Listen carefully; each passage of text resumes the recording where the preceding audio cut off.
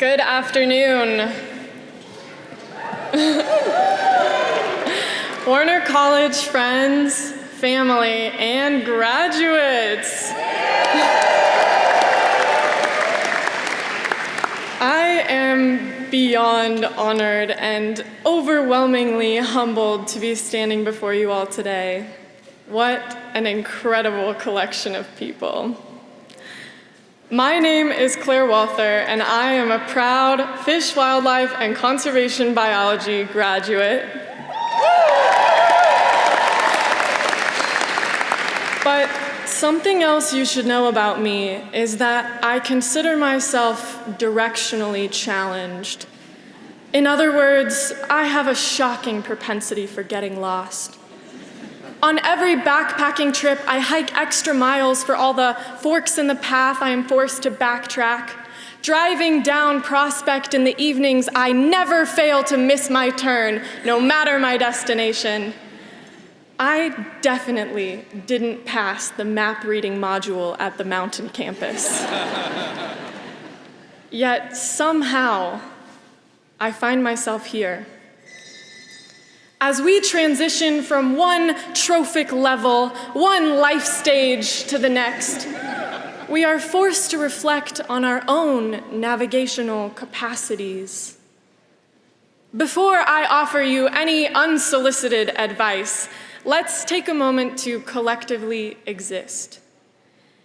If you all humor me, I would like it if everyone could just take a deep breath in,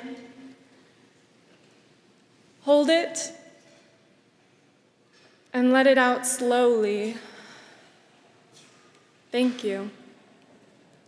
Collective breaths, common experiences, cooperative mindsets, relationships we make when we share space, knowledge, and breath. These are the foundations we carry with us no matter where and who and how and what we go on to be tomorrow. Community is the key component of biology, beginning billions of years ago when the most precocious unicellular organisms got together and boom, evolution, essentially. So I offer you this first piece of unsolicited advice. Be more like lichen. Lichen literally defined symbiosis. Scientists traced the etymology of this mutualistic phrase back to its origins in biology and found that it was first used to describe the relationship between fungi and algae to make something different, something better. Fungus forms a backbone, and algae photosynthetically functions as lungs. Together they breathe and grow and create tapestries in almost every biome across the globe. Lichen serves as our indicator lungs. Where we go to heal, lichen heals. Where we dismantle ecosystems, push industrial pollution, lichen, like us, struggles to breathe. So be more like lichen. Recognize when you are struggling to breathe, when your neighbors are struggling to breathe, which of your neighbors are struggling to breathe and why, and use that knowledge to strengthen your ecosystem, your community. My second piece of unsolicited advice is simple. Don't buy hermit crabs. If you Google hermit crabs, the internet will likely inform you of their 1 to 2 year lifespan and offer you an Amazon ad for a tiny plastic container of a cage. Dive a little deeper and you might discover that these socially complex arthropods actually exist in colonies of thousands, roam miles, require fresh fruit and brackish water and an open ocean. They can live for decades, don't breed in captivity, and are harvested from their natural environments in the global south for pet trade pleasure in the west. It's okay if you didn't know that. But now, you choose what you do with that knowledge.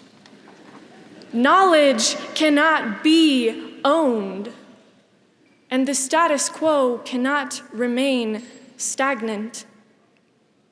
The hermit crab trade relies on 1, economy, fueled by monopolies capitalizing on 2, the public perception of the issue, uninformed and unsupported by 3, policy that allows for the harvest of these species in the millions. We are the bridges, the knowledge holders. We can change policy, hear the people, steer the economy. Don't shame your friends for having crabs.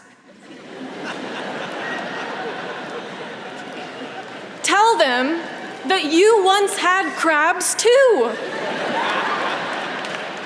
Find that common ground and make a pact to treat any current crabs as royalty.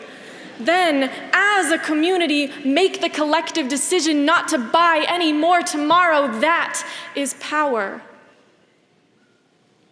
My final bit of advice is the most severe. Wear a helmet. I know for a fact that y'all are out there skiing and snowboarding and rafting and top roping and ice climbing and longboarding and mountain biking and road biking around campus, so please, for the love of Umi, just wear a helmet.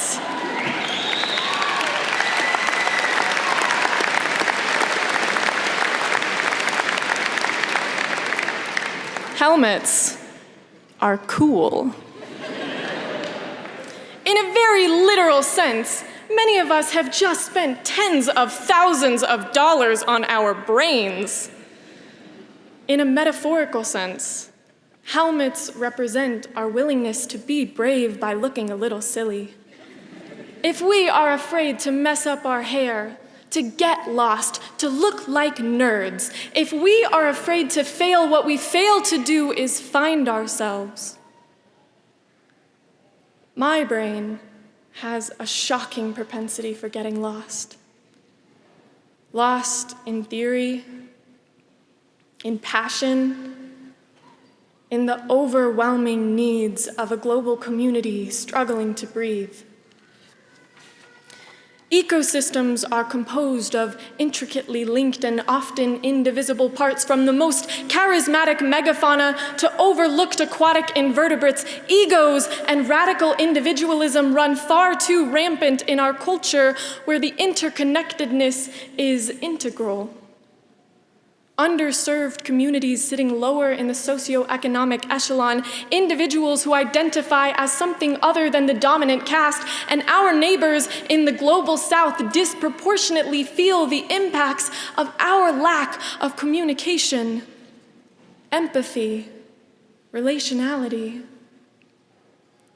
We, as scientists, knowledge holders, academics and activists, lifelong learners and humans, we have the responsibility to recognize these trends and go forth into tomorrow with the motivation to make something different, something better.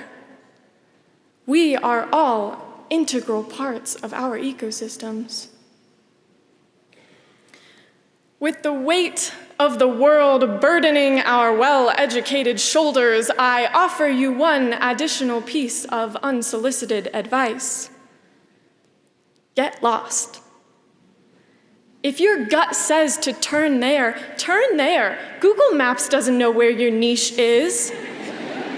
Invest in your community, emphasize relationships, invite others to the table, and when they get there, hand them a helmet so you can look like nerds together. Maybe you feel directionally challenged at times. But community will hold you together like the fungi to your algae. It will help you breathe easier, and you can always find yourself in it. I guarantee that right now, we are all exactly where we need to be. Congratulations to our incredible community, Warner College class of 2024.